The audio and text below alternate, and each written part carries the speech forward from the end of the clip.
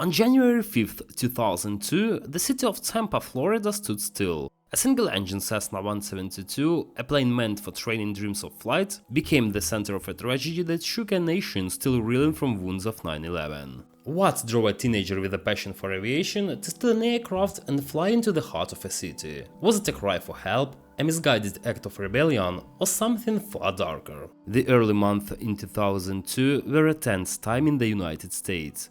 Just 4 months prior, on September 11, 2001, the nation had been rocked by the deadliest terrorist attack in its history, when hijacked commercial airlines were flown into the World Trade Center in New York City, the Pentagon in Arlington, Virginia, and the field in Shanksville, Pennsylvania.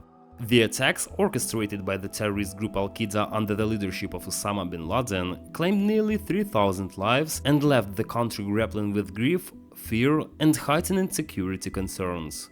Air travel in particular became a focal point of anxiety, with new regulations and security measures rapidly implemented to prevent further attacks. Against this backdrop, any incident involving an aircraft, especially one that appeared deliberate, carried an almost apocalyptic weight in the public consciousness. In Tampa, Florida, a vibrant city on the Gulf Coast, life was slowly returning to a semblance of normalcy. The city's downtown, with its gleaming skyscrapers like the 42-story Bank of America Tower, was a symbol of economic growth and resilience. But on the afternoon of January 5, 2002, an event would unfold that would briefly thrust Tampa into the national spotlight, reviving fears of terrorism and exposing deeper questions about mental health, aviation security, and the vulnerabilities of a nation still healing from 9/11. Charles J. Bishop, known for his family and friends as Charlie, was a 15-year-old high school student at East Lake High School in Tarpon Springs, a suburban community north of Tampa. By all accounts, Charlie was a bright and ambitious teenager with a passion for aviation. He dreamed of becoming a pilot, a goal that led him to enroll in flight training at National Aviation Holdings Incorporated, a flight school based at St. Petersburg Clearwater International Airport. As a student pilot, Charlie had logged some flight hours under the supervision of a certified flight instructor, learning the basics of operating a Cessna 172R Skyhawk, a 4-seat single-engine aircraft renowned for its reliability and widespread use in flight training.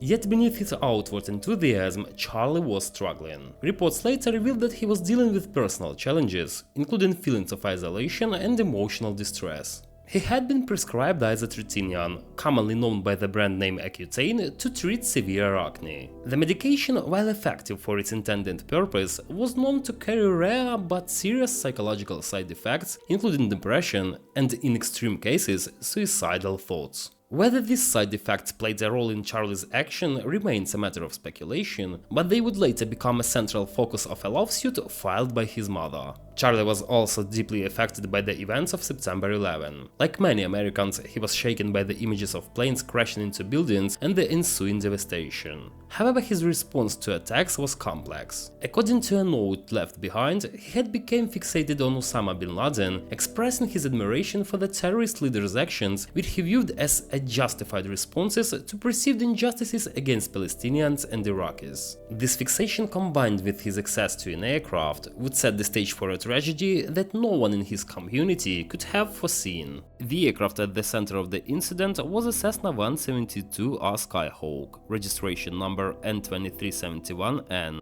owned by National Aviation Holdings Incorporated.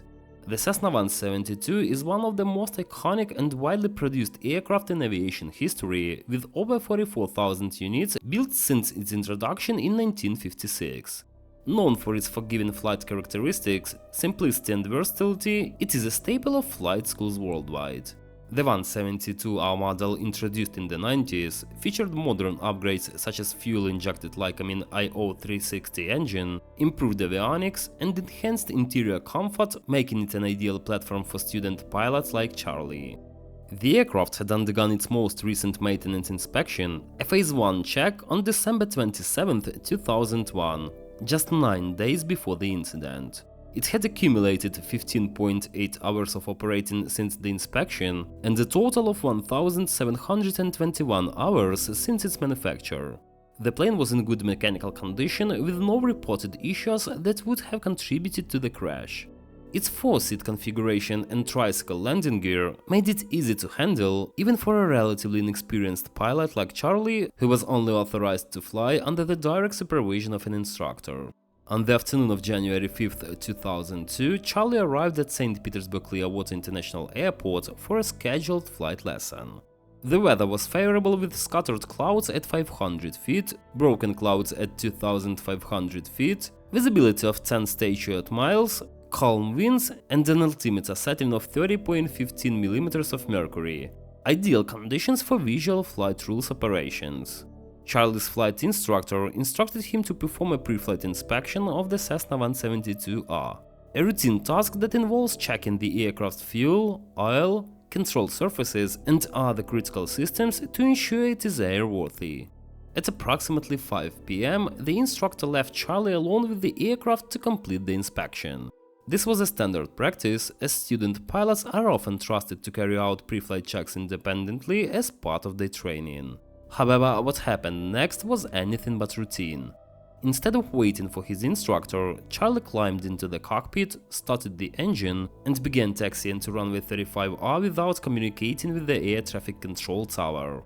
Air traffic controllers at St. Petersburg Clearwater immediately noticed the unauthorized departure and alerted the United States Coast Guard and MacDill Air Force Base located nearby in Tampa. As Charlie flew the Cessna 172 over Tampa Bay, a United States Coast Guard HH-60 Jayhawk helicopter was scrambled to intercept the aircraft. The helicopter crew, led by the commander, was airborne by 5:04 p.m., just minutes after Cessna's departure. Air traffic controllers at St. Petersburg Clearwater informed the Coast Guard that the Cessna was approximately 4 miles southeast of the airport, heading toward MacDill Air Force Base. The controllers then handed off communication to MacDill's tower, which requested the Coast Guard assistance in verifying the Cessna's intentions. The helicopter crew quickly located the Cessna, which was flying at low altitude over Tampa Bay. They observed the small plane passing over MacDill's alert aircraft on the tarmac, heightening concerns about its motives. The Coast Guard crew attempted to communicate with Charlie, ensuing repeated warnings to alter his course and land the aircraft. However, Charlie did not respond. Whether he was unable to hear the warnings due to radio issues, chose to ignore them, or was too focused on his intentions. The Cessna 172, now airborne, was heading southeast toward MacDill, a sensitive military installation that housed critical assets, including alert aircraft. The timing of the incident, just months after 9/11, raised immediate concerns about a potential security threat. As the Cessna approached downtown Tampa, eyewitnesses on the ground began to notice the low-flying aircraft. Some reported that it made no apparent attempt to avoid obstacles, flying directly toward the city's skyline. The helicopter crew continued to shadow the plane, but their options were limited. Shooting down a civilian aircraft in a densely populated urban area was not a viable option, and Charlie's intentions remained unknown. At approximately 3 minutes past 5 p.m., the Cessna 172R crashed into the side of the Bank of America Tower, a 42-story skyscraper located at 100 North Tampa Street in downtown Tampa.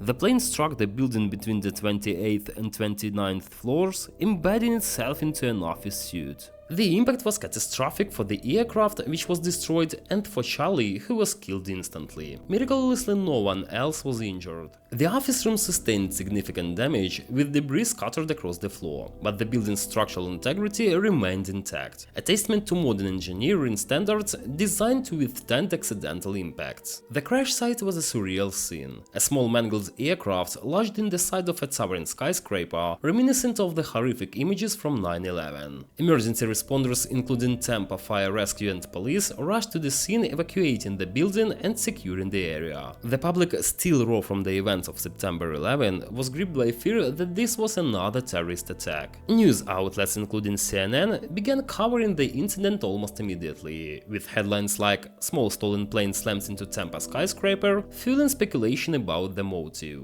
Investigators from the FFA, National Transportation Safety Board, and local law enforcement quickly descended landed on the scene. The aircraft was carefully removed from the building and transported to a hangar at Peter Knight Airport in Tampa for a detailed inspection. The examination conducted on January 7, 2002 confirmed that the plane had no pre-impact mechanical failures. The left and right wings were separated from the fuselage, and the control cables showed signs of impact damage, but all flight controls were accounted for, indicating that the crash was not a result of a malfunction. Among the wreckage, investigators found a handwritten note that would provide critical insight into Charlie's state of mind. The suicide note expressed his admiration for Osama bin Laden and framed the crash as an act of solidarity with Al-Qaeda, though he claimed to have turned down help from the group. The note also reflected his belief that the September 11 attacks were a justified response to actions against Palestinians and Iraqis, revealing a troubling blend of ideological fixation and personal despair. Despite the note's contents, investigators found no evidence of any actual connection to Al-Qaeda or any other terrorist organization, leading them to rule out terrorism as the motive. Today, the Bank of America Tower stands as a prominent feature of Tampa's skyline, its scars from the 2002 crash long repaired. The Cessna 172 crash of January 5, 2002 was a tragedy born of a unique confluence of circumstances: a troubled teenager, a nation on edge, and an accessible aircraft. It was a moment that tasted Tampa's resilience and forced the country to confront uncomfortable truth about security and mental health. As we reflect on this event, we are reminded of the fragility of life, the complexity of human motivations, and the enduring need to learn from the past to build a safer, more understanding future.